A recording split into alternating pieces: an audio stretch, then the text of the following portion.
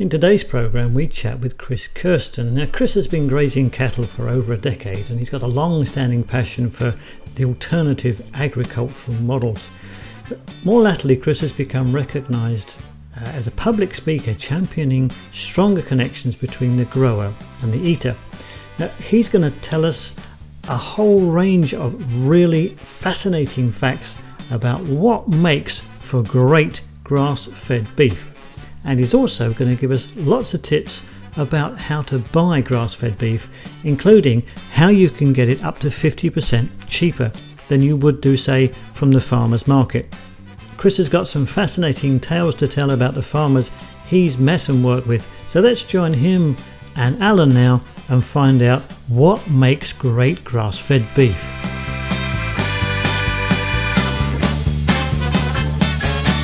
Good morning, Chris, and welcome to the Low-carb Paleo show. Thank you for being with us.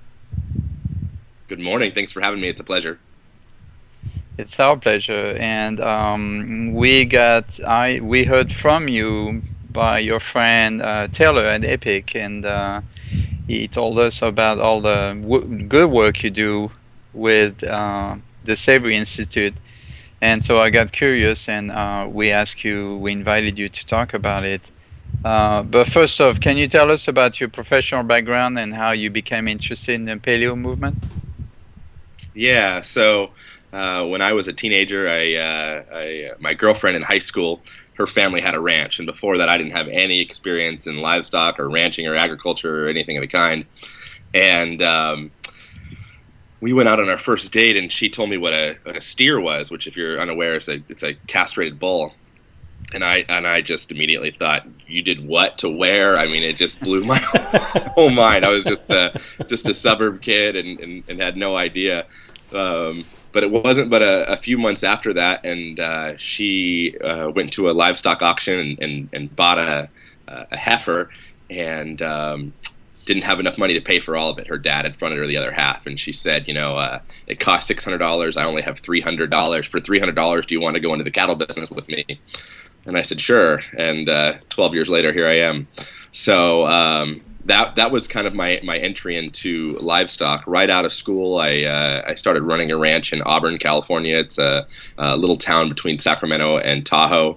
And then just out of college, when I got out of university, I started running a place outside of Chico. It was a 2,000-acre ranch, and we did some really interesting things where we actually ran livestock in our orchards. So we had 300 acres of orchards, 200 acres of 100-year-old olive trees.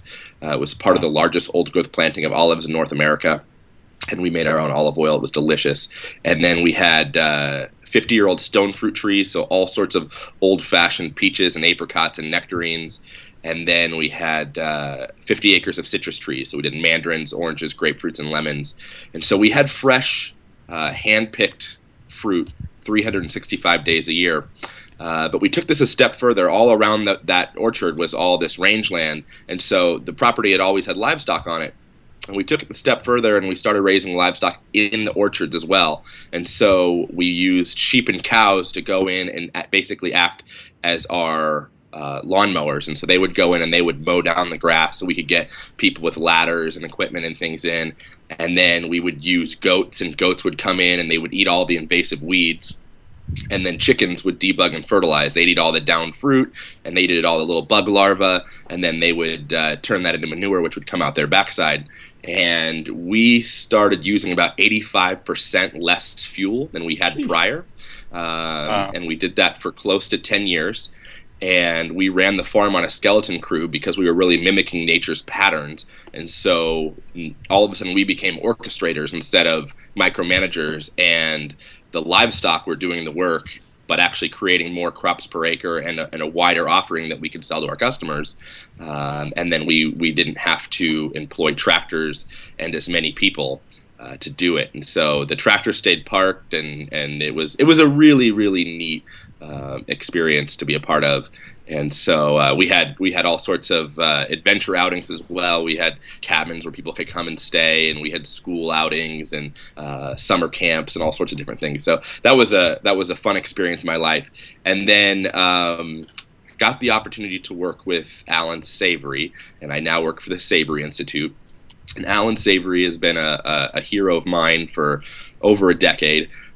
He really studies how livestock, when properly managed, can regenerate landscapes and heal grasslands and help them hold more water, help them pull carbon out of the atmosphere and put it into the soil, help increase biodiversity, create habitat for wildlife, all of these things that I was immensely interested in. So when you hear of farmers like Joel Salatin, who was in Food Inc. and Omnivore's Dilemma, Michael Pollan's book, they're all using versions of Alan Savory's research. So he's really kind of the godfather. And so when an opportunity came to work at the Savory Institute, I jumped on it. And so I've been there for the last year and just absolutely loving what I'm doing. It sounds amazing. Yeah, I was wondering about the farm part because I was under the impression there's a lot of work involved, but when you see it from the cycle of life point of view, then it makes complete sense. You know, the animals take care of the land and they re-fertilize the land and farming is always a lot of work, but how can you build more resilience into the system so that you're at less risk? Farming, not only is it labor intensive and becomes a lifestyle, it's a 24/7 type of commitment, but it comes with a tremendous amount of risk because there's so little in the system that you have control over. Things like weather and things like losses from predation and all these different factors, economic shifts that you completely outside of your control. And so every technique to build more resilience into that system is welcome by farmers. So that's really the kind of the playground that we're messing around with, is how could we build more security into that system for farmers. So I assume that being on the farm or working on the farm, then you came naturally to being a paleo, or did you make a concerted choice to become paleo, or you just because that was a life? Yeah, it was interesting because we did a lot with both Weston Price and Paleo, and so here I had firsthand access to all these well-known speakers and authors and bloggers, and to hear their stories of the shifts that were happening in people's lives was incredible. But then to have it come full circle and to start hearing our customers telling us those stories. I mean, people with kids on autism kids with autism that on a cleaner diet all of a sudden are highly functional. People that, I knew one lady, her daughter was institutionalized, and they were able to bring her home just by changing the diet, and she started going to her regular local high school. To see people that were debilitized in their workplace and overweight and immobilized and autoimmune issues, and all of those go away, that's hard to argue with. And so you hear enough of those stories, and it's like, I got to start doing this in my life too. So for sure, it's that's the best part of the journey. Plus, being, I have a very small experience living on a farm. My grandparents had a small farm, nothing like yours, obviously, but you basically live off the farm. I mean, it's just, you're self-sufficient. You don't need to go out there and buy processed foods or anything. I mean, everything is right there available. So automatically, you tend to eat healthy because that's what you have on hand. Right? Yeah, we always had freezers, full of beef and pork and chicken and duck and we still do. But now that I'm not on the farm anymore, now that I'm traveling around the world, I'm having to source that from other local farmers, which is cool to kind of switch that part of the relationship and be on the other side. But yeah, we always buy in bulk. We buy all our fruit and vegetables in bulk, and we freeze them and dry them and can them. And kind of the old-fashioned way. So we always have a big pantry just loaded to the gills with food that we've bought locally from farmers that we know. Sounds great. Since Alan Savory is not available, you'll be his voice. Can you tell us what the Savory Institute does and what's your role in it? So at our core, we use a process called holistic management. which is it's all about a decision-making process that allows people to make decisions that are both environmentally, economically, and socially sound. So it's the predecessor to some of these triple bottom line ideas that we hear about in economy today. But how do we make decisions that are sound, that kind of meet all of these different metrics, and how do we do it in systems with immense complexity that have all these different factors outside of our control, like working with nature, like you would be on a farm. And so really what we're all about is restoring the world's grasslands. So grasslands are some of the most productive ecosystems on the planet. They produce a tremendous amount of biomass. They're home for infinite amount of species that most of which are suffering at this point. They're how much of the water gets into our water table, and they're amazing biofilters to clean the air. And so there's all this potential that comes from the grasslands, and there are a few champions for them. Nobody out there saying they're a grass hugger. You know, there's lots of different organizations that have their kind of conservation goals, but there are a few champions for the grasslands. It's the first land in any ecosystem to get developed because it's typically more level, and you don't have to go in and take out a forest, or you don't have to go in and redesign the landscape with tractors and stuff the same way. And so you'll see a lot of growth happens in prairie landscapes or in alluvial valleys, and that's where big cities developed and grew. It's also the first land to get turned into farmland, and when I say farmland, I mean crop production, row crop production, and that's because the grass has actually built fertility into the soil. So when we think about the corn belt or the grain belt in the U.S., if we're just looking at a domestic context here, all of that was old perennial prairies that were grazed by millions upon millions of bison and other native grazers. And what happens is basically how a grass plant works is it gets its energy from the sun, and through the process of photosynthesis, it takes carbon dioxide out of the air. It takes H2O, water, out of the ground. It splits the two molecules apart, and sunlight acts as the catalyst for that. And you take the carbon from the carbon dioxide, and you take the hydrogen from the H2O, and you build a carbohydrate. It makes a sugar. And then the oxygen that's remaining gets released back out into the atmosphere.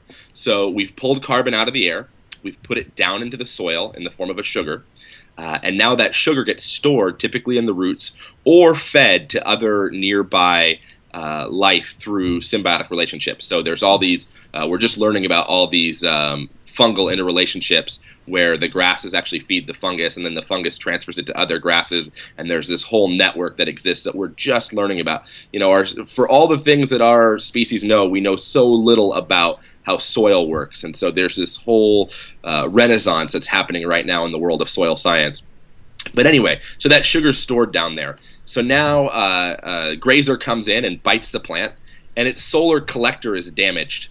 It can't get any energy from the sun when that solar panel, that blade of grass, is now missing.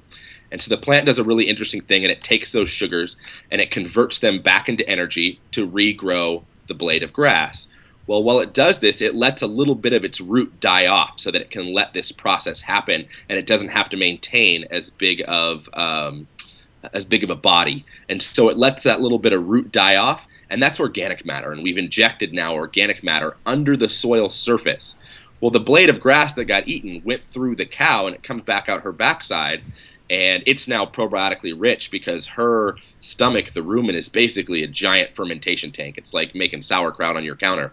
And so it's loaded now with probiotics. So it comes out her backside and lands back on the soil surface. So now we've inoculated the soil surface with new microbes, and we've injected organic matter back into the soil underneath with that piece of root that died off. It's now going to compost underneath there. And then it used its energy to regrow a blade of grass. What happens in traditional grazing, if we don't manage it correctly, is that cow is still around to bite again. And so if she bites again, we've broken what we call the law of the second bite. And so this means that that root doesn't have enough reserves, enough carbohydrates to do that process again, because we used our bank account up on that. And so what will happen there is that species will die out. She bites it again and again and again. What happens in nature is animals are always bunched and moving. So herd animals are always together, and they're held together because that's their defense against predators. And what we've removed from this equation in modern grazing is predators. And so we have to get the animals bunched and moving again. So what we do through our methodology is we put the animals in extremely highly intense groups, but we move them very frequently. Some places will move as short as every few hours. Other places it might be as long as a week. But you're constantly moving the animals to mimic nature. And so what happens is when that grass plant is bitten, it's allowed to recover. And so what we've found, and Alan Savory's big discovery, is that overgrazing is not a function of animal numbers or density. Overgrazing is a function of time. Did we mimic nature and build in enough time for rest? And so the whole paradigm shifts on this nature of timing. And so that was the big discovery. And so now we've taken this to all 5 continents. We do it all over the world. And we're seeing grasslands come back like never before. And the beauty of it is we're able to put more livestock on the land. The farmers are able to raise more animals than they were before through building in rest, because the land gets more productive as it heals. And when you look in nature, the big bunching animals, the herd animals, there's always tons of them. And that's really because that's the catalyst it takes. They become your tool to be able to slightly churn the soil and then create this biological decay that's necessary to get that carbon pumped in the soil the way we want. If we leave grasslands alone and we don't touch them, which is a common conservation strategy, they thatch out. The system reaches maximum production. Each species of grass only grows so tall, just like people don't get taller than 6.5 feet. Each one gets so tall, and then the system locks up. There's nowhere for new energy to go, and so it just dies out. And so it needs biological decay to come in so that we can remove that biomass, let new energy into the system, and keep photosynthesis happening strong. And so this process of bunched and moving has been extremely successful, and it's happening everywhere. Well, I learned something new. Definitely very good explanation. Thank you. And Mark reminded me to eat manure as a good source of probiotics. That's right. Now, I have coming off your explanations here, I understand there's a big drought in California. There's one in Texas, actually. How does that affect the grassland? Yeah. So there's a couple things with drought that holistic planned grazing can really help benefit the farmer. And the first one is, again, talking about that organic matter. The more organic matter we can build into our soil, the more water we can hold on to. So we want to make all the rainfall that's available the most effective that we can. So how can we hold on to it on our land as long as we can? How do we turn the soil into a sponge? And organic matter is your smallest particles in your soil, which means they have the most amount of surface area, which means they're the stickiest and the strongest sponge. And so the more organic matter we can build into our soil, the more water we can hold on to, and the longer the soil will hold on to it, which then means it will favor conditions for more perennial grasses instead of annuals. Perennial grasses have deeper tap roots, which can survive longer, which means you've extended your grazing season. And so we want to take those kind of strategies into our mindset as we're planning how our farms work. And so there's, like I just talked to a gentleman yesterday that was in Georgia, and he took his soil from 0.5% organic matter to 7% organic matter, which is, if you're outside of the soil world, that's unheard of. I mean, that's just as good as it's going to get.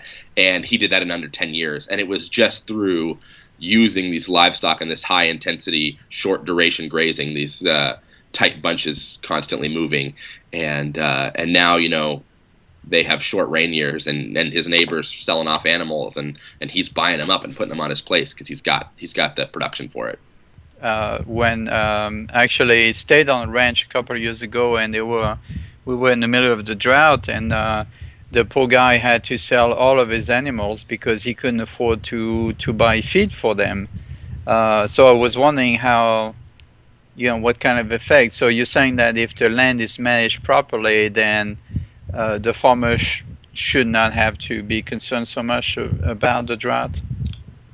Yeah, and then we take another approach. So when we're doing our rotational planning, let's say it takes 60 days for grasses to recover before you can come back.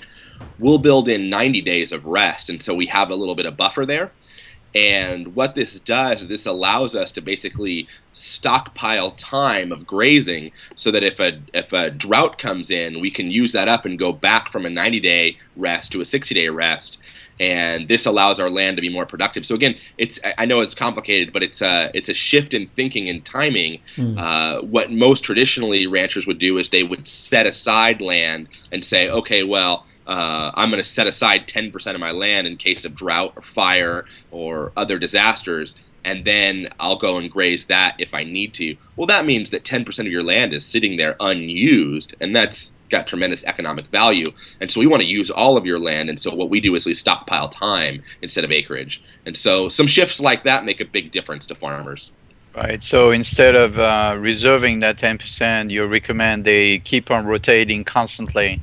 Just move the animals around and don't allow them to stay on the same spot for a very long time. Right. You build in a buffer of time, and so you build in some added time, and so you can eat into that buffer if you get into a disaster situation like a flood or a fire or a drought. Now, keeping in mind I'm not a farmer, wouldn't that limit the size of the herd then, because the land can only absorb so much? I mean, if you have to rotate all the time, there's only so many animals can live off the land, right? Given a certain amount of acreage. Right. So just to kind of clarify that, let's all imagine in our minds a single field that, let's say, can support 100 animals. So if we've got that single field that can hold 100 animals, and they're in there all the time, 365 days a year, there's enough feed for those 100 critters. What happens if we divide that property in half and graze the 100 animals on half the property for half the year, and then the other half of the property for the other half of the year? By excluding that other side, we allow those plants to recover and grow, and so they're able to grow at a higher rate than they would be if they were under constant grazing pressure. And so this just by building in two cells, you can start to envision how production would actually increase. And so you do it maybe by 4, then by 8, then by 16, and you can see where all of a sudden you're making a very small impact. When I was running the ranch and we had 2,000 acres, we very rarely were impacting more than 5 acres at a time, which is that's pretty tight density at that point.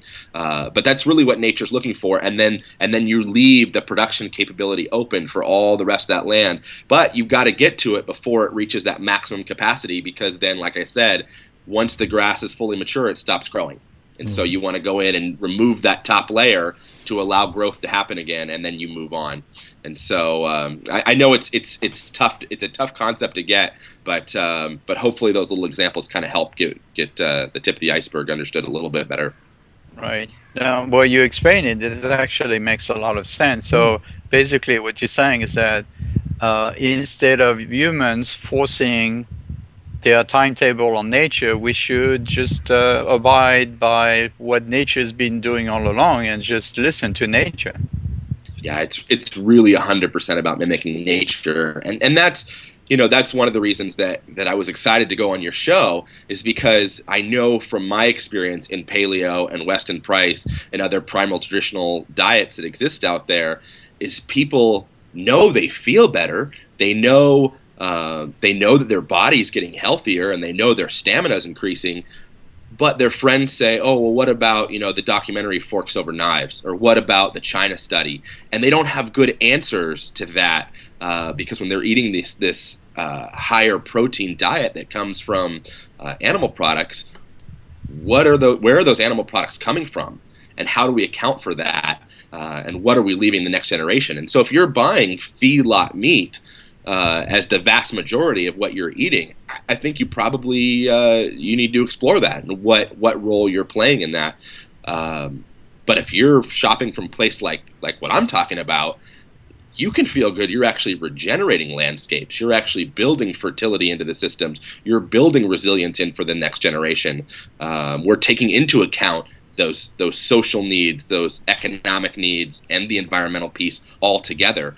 You're talking about how you can improve the quality of the soil, how you can improve the quality of the grasslands to the point where you've got far stronger growth, far more vibrant growth. Does the better health in the grasslands translate to better health in the animals and therefore in the meat that we get to eat? Yeah, absolutely. So when you're buying grass-fed meat, we know that grass-fed meat is healthier when an animal just eats grass. But like any system, when you decommodify it, it gets healthier. There's varying levels of within that, and so just like there's varying levels of quality of wine and quality of chocolate, just because it's wine or chocolate doesn't mean it's good. Doesn't mean it's bad either. It doesn't mean it's good. So absolutely, it becomes varying levels of flavor profiles, of marbling, tenderness, and all of that's going to come from that management style of what breed are they picking, what's the age of harvest, how well are they managing finishing, how healthy are their grasses. The deeper that you have roots going, the more minerals that they're pulling up from the subsoil. The subsoil is really your bank of minerals, and so we want that minerals in our diet. And so you hear research and stuff about less minerals in the human diet, and you look, most of the crops that we eat are very shallow rooted. And so we talk about mineral mining. How do we get access to some of those minerals in the subsoil, which aren't really doing anything down there, and pull them up into the regions that are biologically active? Yeah, I mean, the real sort of nub of the question was, there are a lot of people, particularly on, I'll say on the vegetarian side, but on sort of loosely they'd be vegetarian if they weren't going to miss out on some of the health things. They're very much concerned with the animal's health. So does this system produce healthier animals? Yeah, I see where you're going now. Yeah, so this system of grazing absolutely takes into account the welfare standards of the animals. We want, the motto that we had on our farm was, we want all good days, only one bad. We want the animals to express their natural behavior every single moment of every day. We want a chicken to be a chicken. We want a cow to be a cow. And so absolutely, the health of the animal is of our prime concern. Most places that are doing this are raising the animals all the way from conception to harvest, and so they need those mamas to be able to be healthy, to breed back. They're not just buying teenagers, if you will, teenage livestock on the open market and then feeding them a bunch of grain and then selling them to the end user. They're part of a much longer ecological feedback loop. And so it's going to be in their best interest, even if they didn't care, which I've never met a farmer yet that doesn't. Even if they didn't care, it's still in their economic best interest to take the most care of the animals they can and make sure that they're as healthy as possible. And this kind of system absolutely proliferates that. Something to be said about farmers real quick. A lot of times farmers get the bad rap on this stuff, and farmers in their heart are really doing what the industry is asking of them. It's not like other industries where there's 10 choices of different buyers. When you're part of the commodity system, there's one buyer. Okay, there's one auction yard, there's one commodity system that you're a part of. And so farmers do what the public has asked of them, which is to provide cheap and fast food. And many of them feel trapped in a prison. They don't want to be there. It's not what they want to do with their lives. But they want to maintain the lifestyle, and they want to maintain the legacy, and they want to hold on to their land. And so that's what's available to them. So absolutely, the more options we can provide farmers for different outlets, most of them want to be more environmentally sound when and where they can be.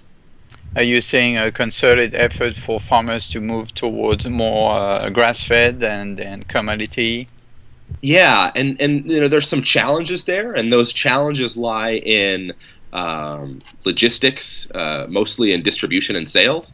A farmer direct selling, it's like starting a whole other business. Most farmers are good at growing things and managing natures and working your way into that ecosystem in a way that's seamless and healthy is a challenge alone. Doing it in a way that provides economic resilience is harder once again.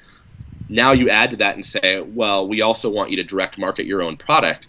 That's a real challenge for most farmers around the country. Many are not near huge population centers like we would be if we're on the coasts. So the Midwest has extra struggles with that.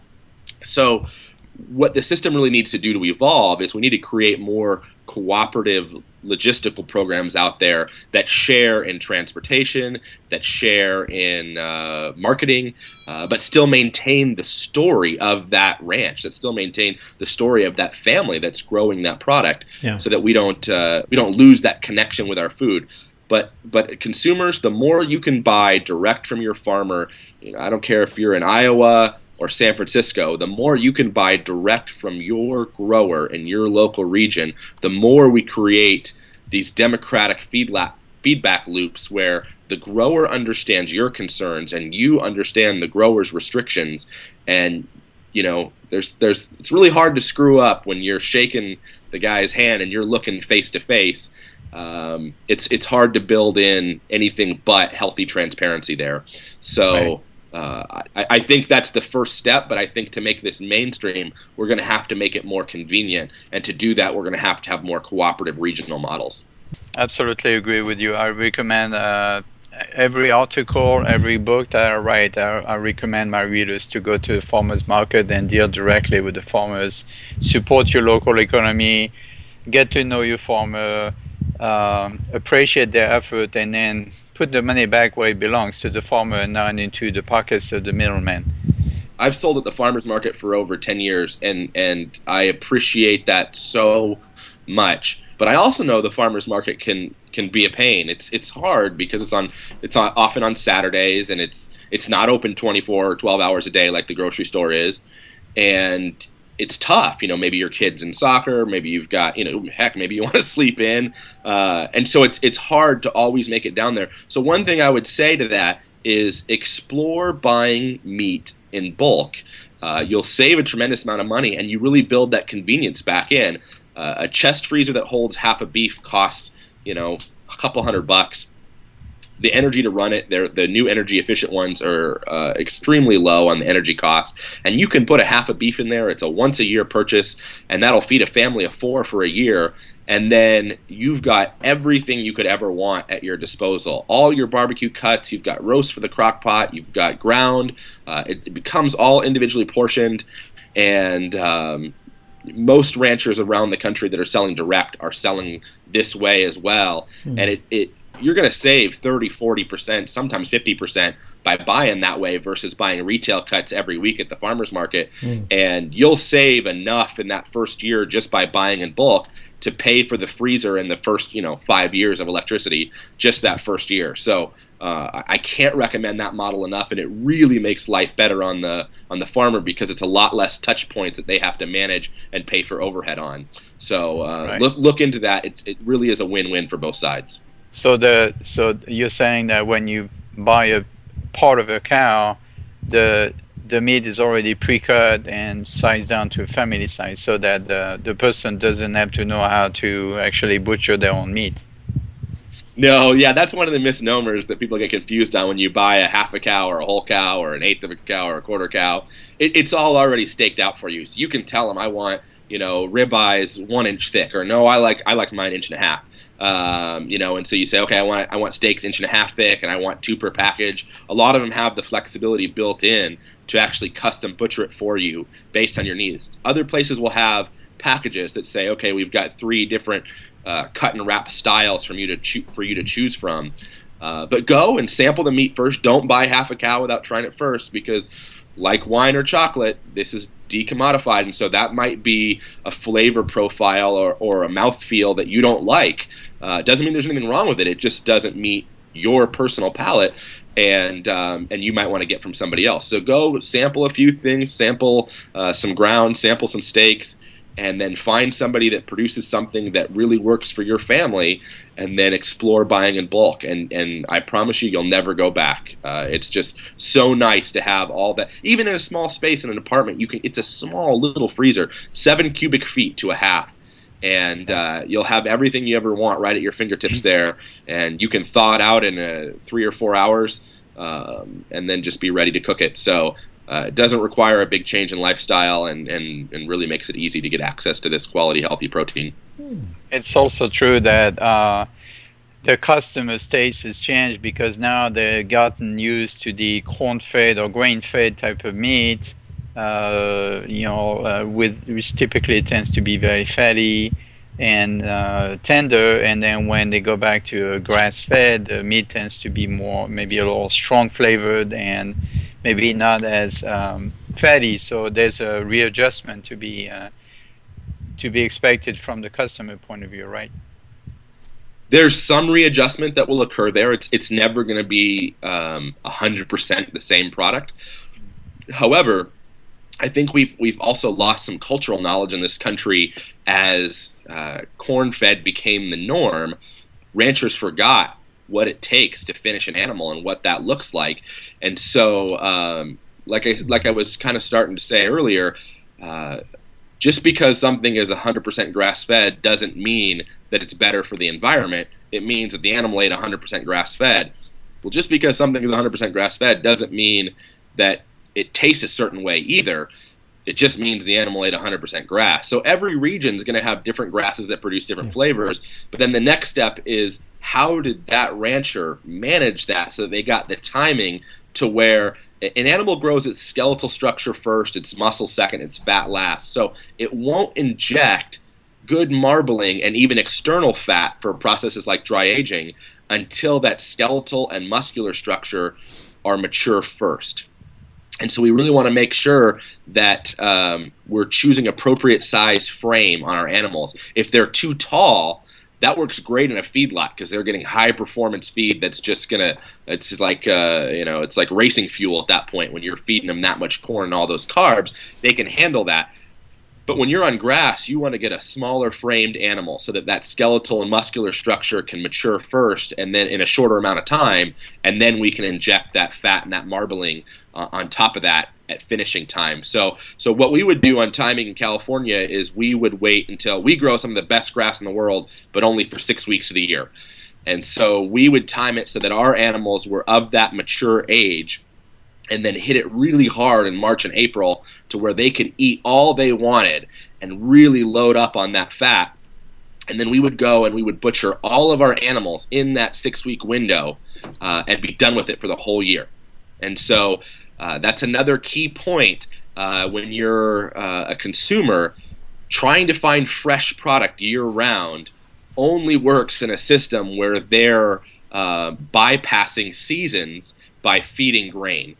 Grass is not a year-round product. It goes through cycles of growth, and then it goes through cycles of dormancy. And so we want to hit it on those cycles of growth. And so different regions are going to have different times. The Midwest, you'll see a lot more of that finishing happening in July and August. Some regions as late as into September. And so you'll find different times of the year in different regions.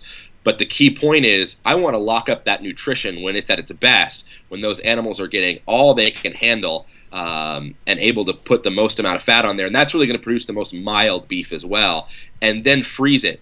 And I know that's a dirty word to a lot of chefs and to consumers as well, but they've done endless double-blind trials, and people cannot tell the difference from a product that was previously frozen, and you're getting a lot more nutrition usually in that product that was previously frozen, and you're following nature's cycles of when it's able to produce the best quality products.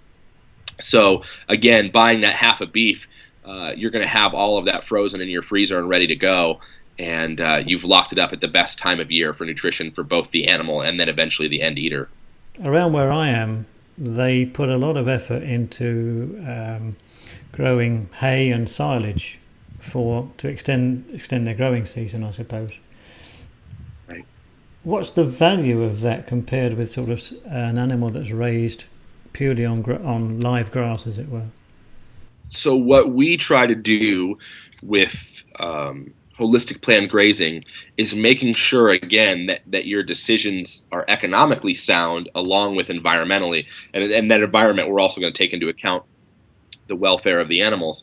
So there's nothing wrong with feeding hay or silage, but does it meet those other criteria? And we often find that on most beef ranching operations, feeding hay, they don't feed a lot of silage and ranching. Some, that's more of dairy thing, but often going through those processes doesn't give you the rate of return, if any, that you would see if you just did it on nature cycles. Now, there are places that get tremendous snow load, and you have to have some sort of product to feed your animals throughout the winter if they're going to come into a barn.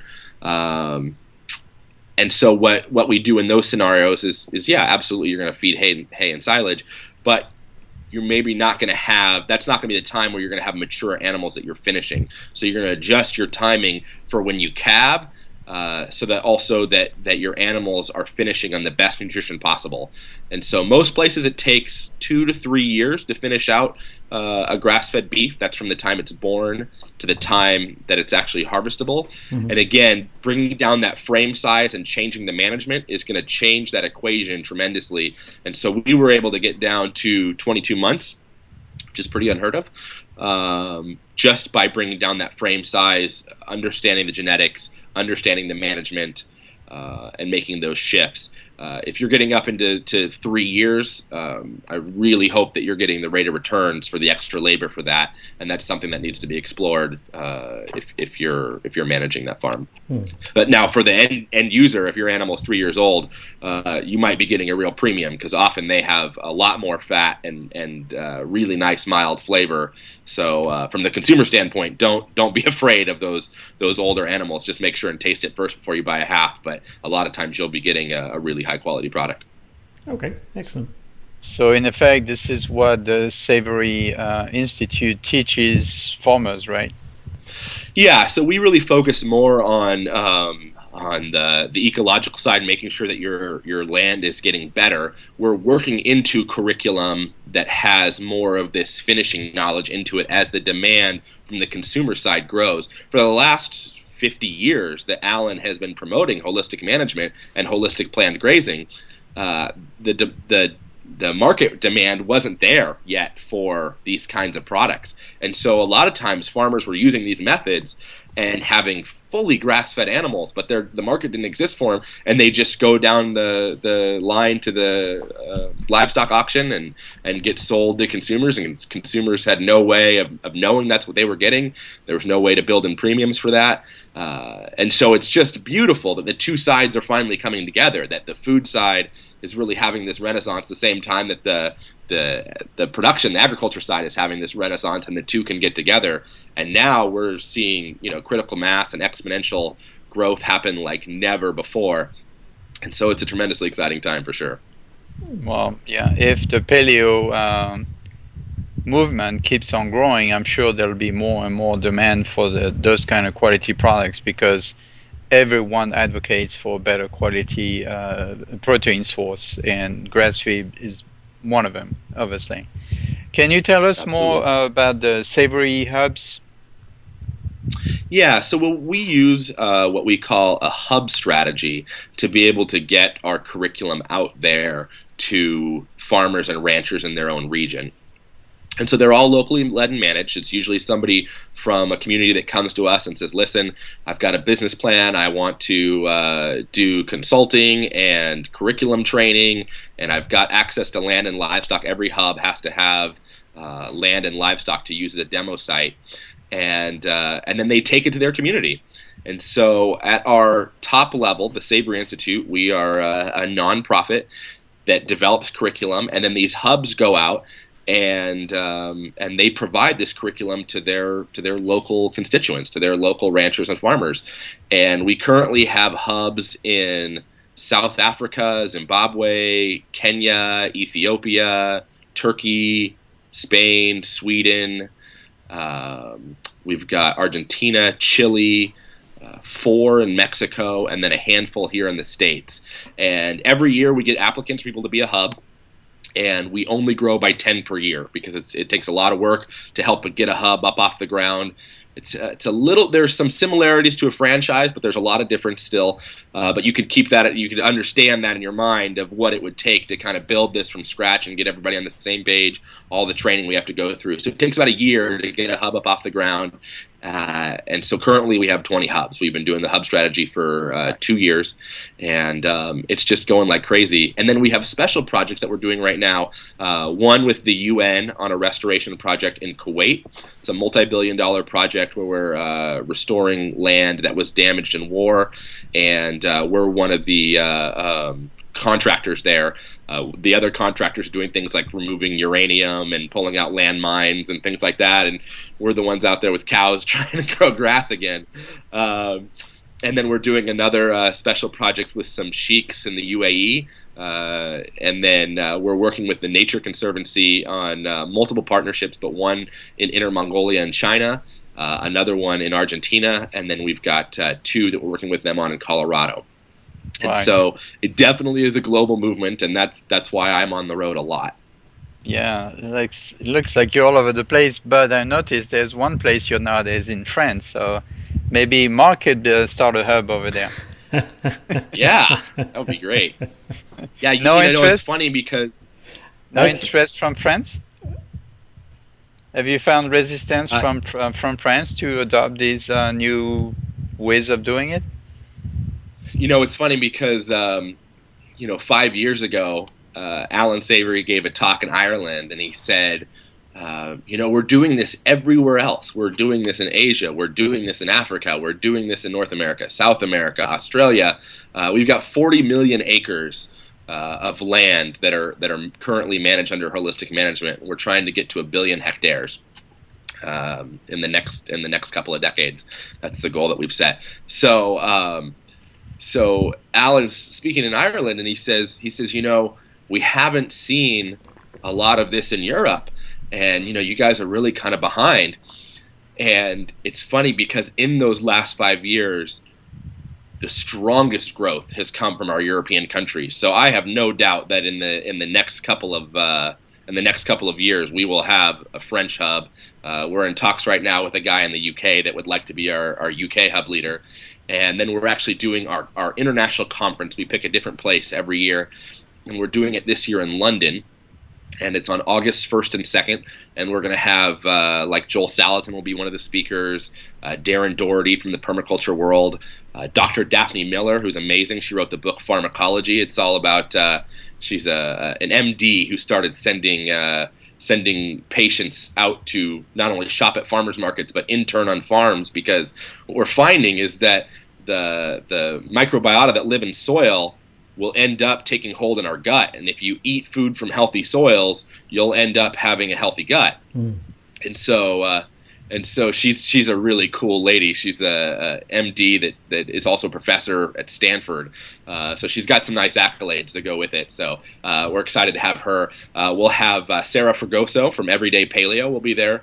So really wide smattering of amazing speakers from around the globe. A lot of people also from regenerative finance, from that movement as well. So it's going to be a stellar conference.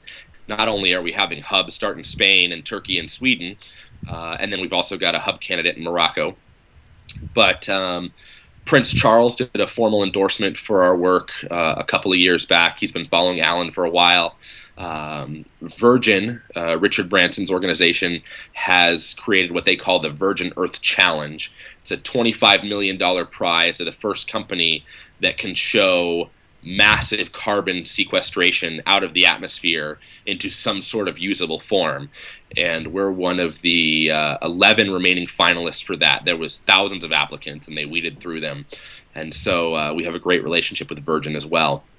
So it's going to be really cool. There's going to be amazing people, all sorts of partners and investors and farmers, and then top-notch speakers that are all doing the best in their field, all coming from all over the planet to meet in London. So we're really excited about that event. So Europe is definitely the explosion right now of successful holistic plant grazing. Do you offer internships or apprenticeship or any kind of program like this for people that are interested to help and work with you? It's in its infancy, but we are developing a software platform right now that will allow all the hubs to talk to each other and learn and network so that they become part of a global community to be able to kind of hone each other's skills and solve problems. And in that, there will be a place for them to post internship opportunities from all over the planet. And that will be on our public website, savoryinstitute.org. So people can go on there and say, oh, check it out, Sweden's doing something, and maybe you're from Mexico and you've always wanted to go to Sweden and see what life is like over there. Or maybe you're a farmer in Kentucky and you want to know what's going on in Kentucky in your own region. And so you can actually go and intern in your own context so that it helps you learn in your own region. So it will be both, and it's coming. It's not currently up and live, but hopefully in the next 18 months that will be available to the public. Can you tell us how we can find more about the Savory Institute and where? Yeah, so got a couple of really cool resources for that. If you just first off want to kind of know more about who we are and what we're doing, of course, go to our website, which I mentioned, and that's savoryinstitute.org. But the next step would be go to Amazon and go and search for a book called The Grazing Revolution. I believe it's still $2. It was made in partnership with TED, the big conference that has speakers from all over the globe every year. And Alan did a TED Talk a few years back. And that TED Talk has now had over 3 million views. He was invited back this last year as one of the TED All-Stars, one of the most successful talks of all time. And so watch the TED Talk and then look for the book, The Grazing Revolution. And it's like 80 pages, and it's an ebook. You can read it on your phone, on your tablet, on your computer. And it's a quick read, and it's just like a short biography of Alan's life and how he came to these discoveries and what kind of difference it's made. It's got some stories of some ranchers in there and the differences it's made on their places. If you go onto our Facebook page, it's facebook.com/Savory Institute, you'll see every so often I'll post fence line pictures where on one side of the fence the land is managed very conventionally, and on the other side it's managed holistically, and you can just see the growth of the grass on one side and then just bare denuded soil on the other. So yeah, our most active spot for kind of up-to-date information is that Facebook page, and that's going to have an amalgamation of stuff from around the globe. And then read the book if you want to learn more, and then check out our website for upcoming trainings, events, and then more about our team and what we're doing in specific regions. Something that sort of I've put a big line around on my pad here, the law of the second bite. Where did that come from? The law of the second bite. Where did the term come from? Yeah. I don't know. I was taught that in university. There's a lot of people out there that are teaching these methods that one have either chosen not to give credit back to Alan and the Savory Institute, or don't know that that's where it came from because it's becoming so widespread now. And I don't necessarily think that that's a sign of a movement that's really maturing. But when I was in university, Alan Savory and the Savory Institute were mentioned a few times, but things like the law of the second bite were major components of our curriculum. The law of the second bite is that one where if the animal bites the grass the second time before it's had a chance to recover, then you're actually pulling up reserves that make the situation unsustainable. So that grass plant is going to die out. That's what happens in open grazing situations where it's just what we call continuous grazing, and the animals aren't moved around. But when they're moved around, the animal takes a bite. You've created a catalyst to the system, but you've also created a shock as that plant isn't able to capture energy from the sun with the same efficiency. And so if you give it rest, then it can regrow those reserves and capture more carbohydrates. But if she's there to bite it again right after it grows back and it hasn't had time to put more energy back into the soil, then you've broken what we call the law of the second bite. So yeah, in terms of the term itself, I'm not sure where it came from, but I like that one. I use it a lot. Yeah, it's got something. It's got a bit of bite to it, I suppose, doesn't it? Really, right? as a law, yeah. I mean, coming back down to you've been surrounded by sort of a natural way of living and eating, and as you say, you decided to eat that way yourself. What was the sort of the final tipping point that made you go from I'm just going to eat like I always have to this is something I've got to do? Yeah, I spoke to a university class about that, a conventional agricultural class, and I had kids young, and so I wasn't much older than them, and I said, the whole game changes, when you've got a little kid depending on you, and it's one thing if you, as an autonomous adult, want to make decisions that aren't good for you, but you figure, okay, somehow later in life I'll make up for that, or we have all sorts of ways of rationalizing in our head. But when now you have to rationalize it for someone else, and they didn't have a say in that decision, boy, it changes the game a lot.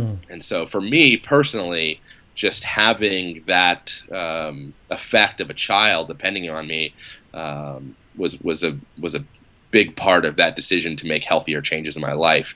And my older boy now is 7, and then I have a younger boy who's 2, and so our house is in constant chaos and disarray, but we eat well. That's good. So you've been living like that then for a good 7 years, and eating like that for a good 7 years. Yeah. What would you say has been the biggest change in the way you are physically, health-wise, and that sort of thing? Yeah, stamina, clarity of mind, just overall general well-being. It's not like all of a sudden I can pick up a car, or I go run 20 miles before breakfast, but just overall general well-being, just better feeling and better mental acuity. So I mean, as then you came to, I use the term the paleo way of living and eating a little bit later than some. You've had a good 7-year learning period. If you could go back 7 years, or maybe even longer, and say to yourself something that would help you get along the path quicker, what would it be? Yeah, I don't know. That's a tough one. I talk a lot about fast food and convenience, and there's a reason that they call it fast food and not cheap food. It's because convenience is a big driver in our culture, and so how do we get over that cultural shift that maybe these options need to be more convenient for consumers, number one, but number two, how do we start valuing health above minutes in the day? And that's a tough one. Seems to be an American way of doing things. It seems that in Europe, people tend to take more time to enjoy life. 2, they do appreciate. There's a culture behind appreciating good quality food. So this seems to be more of an American concept of that convenience. People are busy doing things that are not important. They'll probably spend more time on their Facebook page than they spend, buying or eating quality food, right? And so, in an American context, convenience is being drummed up, or I think by the industry, that it was important for women to spend less time in the kitchen, and or for people in general to have more time for fun instead of wasting all that time in the kitchen. So you had to have convenience food or fast food, and that's to me, that being French, I see that more of an American concept than it is a worldwide concept. Unfortunately, it's spreading out, and that's something. Yeah, I was just going to say this. The scary part is we're exporting that philosophy, and so you're seeing that a lot more in Asia, Australia, even Europe, where it didn't exist before. And so those cultural mindsets around food are eroding. And I think you bring up a good point about having somebody at home. In this country, at least 60 years ago, every household had one person dedicated to feeding and clothing the children. And now we've moved away from that as a culture. And I'm not saying that women need to go back to the kitchen. I'm saying somebody does. I think it can be a shared task, but we need to get over that cultural mindset that we can just grab food and eat it on the go. But there are ways to still build it into a busy lifestyle, and that's what I'm talking about. You know, if you've got a half a beef in your freezer and a crock pot on your counter, you can throw a frozen roast in when you leave in the morning and come home, and it's amazing. It's a delicious, good old-fashioned family meal with tremendous amount of flavor that took very little to prepare. It's 10 to 15 minutes tops. And that's if you're going to go crazy chopping vegetables and all. So, it's it's very simple to do. You can do the same thing with broth. You know, you throw some bones and some water and a little bit of vinegar in the crock pot in the morning, come back in the evening, and have a really nice, slow-simmered broth that's a base for all sorts of things, soups, energy drinks, whatever. So there are ways to do that. There are some strong strategies that you can build in. Same thing when you travel. You're probably not going to have local grass-fed beef at an airport. But what can you do to still have, what snacks can you pack, and what things can you purchase that are readily available, that are still healthy choices that you can still feel good about and not fall off the wagon, if you will. So going back to your question, what would I say to myself 7 years ago, is it's not as hard as I thought it would be. Right. And try it for 30 days and see how you feel, see what the difference is. And hopefully that 30-day commitment, I think your feelings will outweigh any challenges that you perceive. Wonderful. It's been a thoroughly fascinating chat. Thank you, Chris. Absolutely. We have to thank Taylor for putting us in touch with you, because and this is what I love about this new job of mine, is I'm learning so much more and I meet all these very interesting people. So thank you for that, and thank you for all your really clear explanation how the whole process works. It allows us to appreciate the work that farmers put into what typically most people see as a slab of meat in a supermarket, but they have no idea what all the work that's involved in the background to get it to there. Right. And in case of most farmers, the love into it too, growing the animals and taking care of their farm and all of that. So, and in the meat industry, let's not forget the butchers too, because there's a resurgence of artisanal butchers. And at our conference in London, we'll actually have a guy that's going to break down a whole animal with no power tools, just the old-fashioned way. And we need to celebrate those folks too. Most farmers don't do their own breakdown. So not only do we need young farmers, we need young butchers. And people should have a relationship with both. If you're going to have a relationship with your farmer, a relationship with your local butcher wouldn't be such a bad thing either. And they can often find you the prime cuts that are affordable, and also tell you the stories about the farmers that they deal with, that they get their product from. So I don't want to forget about them in the discussion either. And then you bring up Taylor from Epic Bar, and I just love what they're doing. God, they have so much passion and just an incredible mission that they're trying to create that all came out from being endurance athletes. So Taylor and his wife Katie, I just love them. They're dear friends of mine. We text every couple of days and stay in touch, and I just get the biggest kick out of them. I think they're really cool people. So I'm glad they recommended me to be on the show as well, and I give full props to them because they're two amazing human beings. It's a pleasure. And talk about a portable snack to take to the airport with you when you travel, right? And that's the real thing. Yeah. They're able to source all their meat from holistically managed ranches, so they have a strong dedication to that piece, and so we're continuing those conversations and trying to support them wherever we can. But yeah, excellent.